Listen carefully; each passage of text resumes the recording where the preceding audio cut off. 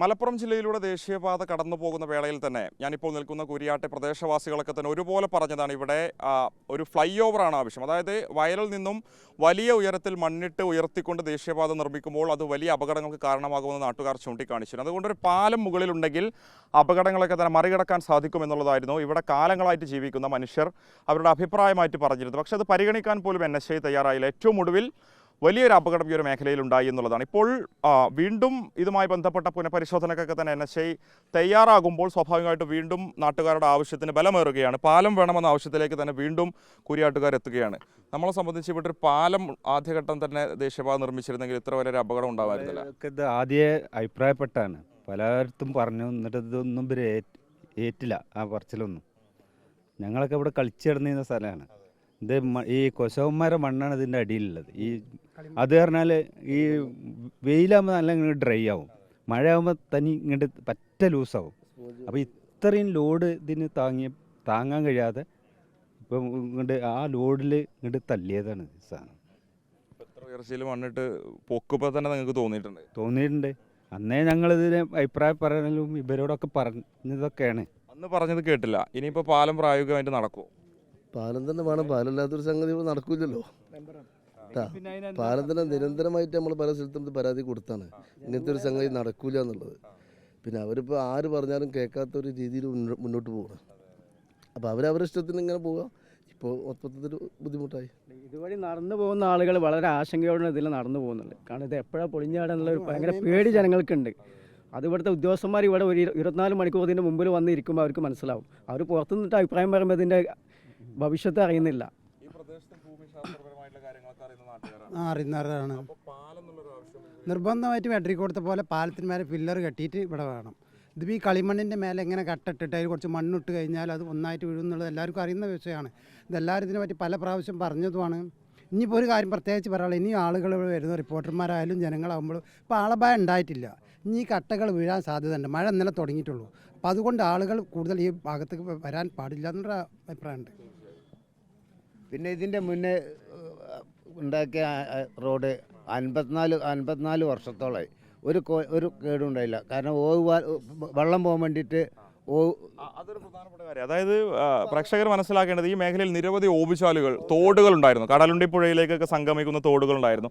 അതൊക്കെ തന്നെ മണ്ണിട്ട് നികത്തിയതിനു ശേഷമാണ് ഇത് നിർമ്മിച്ചത്. സ്വാഭാവികമായിട്ട് നിർമ്മാണത്തിന്റെ ഭാഗമായി അതൊക്കെ ചെയ്യും. പക്ഷേ അതിന് സമാന്തരമായിട്ട് മറ്റൊരു മാർഗം ഉണ്ടാക്കേണ്ടതായിരുന്നു. പക്ഷെ അത് ചെയ്തിട്ടില്ല.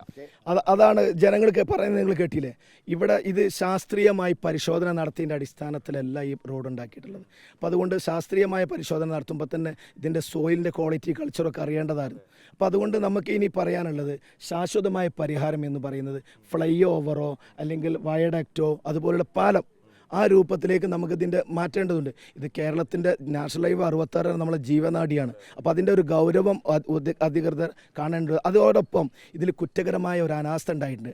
ആരാണ് ഈ ഇങ്ങനെയുള്ള നിർമ്മാണത്തിന് സർട്ടിഫൈ ചെയ്തത്? ഞങ്ങൾ കേസിലേക്കും കൂടി പോവുകയാണ്, നിയമപരമായിട്ടും ഇതിനെ നേരിടാൻ പോവുകയാണ്. നിങ്ങൾ പ്രത്യേകിച്ച് റിപ്പോർട്ടർ ചാനൽ അടക്കമുള്ള ഈ ജനകീയ വിഷയങ്ങൾ ഏറ്റെടുക്കുന്ന റിപ്പോർട്ടർ ചാനൽ അടക്കമുള്ള ഈ ചാനലുകളോട് കൂടെ ഞങ്ങളെ കൂടെ നിൽക്കണം.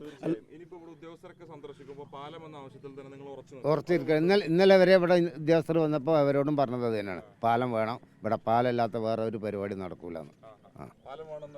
അതന്നെ എല്ലാവർക്കും പറയാനുള്ളത് തന്നെയാണ്, പാലം തന്നെ വേണം. ഇത് ഈ പാടത്ത് ഇതുപോലത്തെ ഹൈറ്റിൽ ഇത് വരുമ്പോൾ 3-4 നില ബിൽഡിങ്ങിന്റെ ഈ ഹൈറ്റിൽ വരുമ്പോൾ ഭാരമുള്ള വണ്ടികളൊക്കെ വരുമ്പോഴും നമുക്ക് പേടിയാണല്ലോ.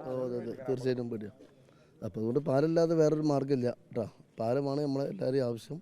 അതുമായിട്ട് ഞങ്ങൾ മുന്നോട്ട് പോകും. ഇവിടെ വെള്ളം വന്നിട്ടുണ്ടെങ്കിൽ ആഴ്ചക്കണക്കിന് വെള്ളം നിൽക്കുന്ന സ്ഥലമാണിത്. ആഴ്ചക്കണക്കിന് 40 ദിവസമൊക്കെ വെള്ളം നിന്ന ചരിത്രമുണ്ട്. ഒന്നുമില്ല, കുറേ മുന്നേ. ഇപ്പോൾ 2018-ലും 2019-ലും ഇവിടെ വെള്ളം വന്നിട്ട് ആഴ്ചക്കണക്കിന് വെള്ളം നിന്ന് പിന്നെ ഇത് ഇവിടെ പാടാണത്. ഇത് മണ്ണ് താഴേക്ക് ഇറങ്ങുന്ന സ്ഥലം.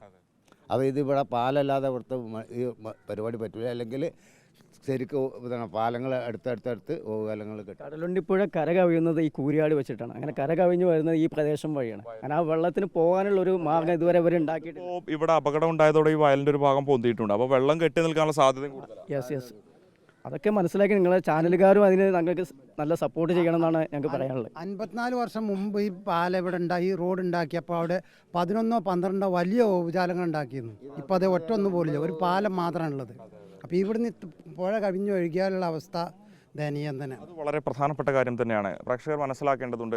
കാലങ്ങളായിട്ട് ഇവിടെ ജീവിക്കുന്ന മനുഷ്യർ ഇവിടെയുള്ള ഭൂമിശാസ്ത്രപരമായിട്ടുള്ള ഘടകങ്ങൾ ഉൾപ്പെടെ ചൂണ്ടിക്കാണിച്ചുകൊണ്ട് പറയുന്നുണ്ട്. അശാസ്ത്രീയ നിർമ്മാണത്തിന് കാരണമെന്ന് പറയുന്നത് ഇവിടെ ഉണ്ടായിരുന്ന 15-16 കനാലുകൾ തൂർത്തതിനു ശേഷം ഉണ്ടാക്കിയെടുത്ത ഈ നിർമ്മാണത്തിനെതിരെയാണ് തങ്ങളുടെ പ്രതിഷേധം എന്നുള്ളതാണ്. പാലം വേണമെന്നൊരു ആവശ്യം ആദ്യഘട്ടത്തിൽ ഉന്നയിച്ചതാണ്.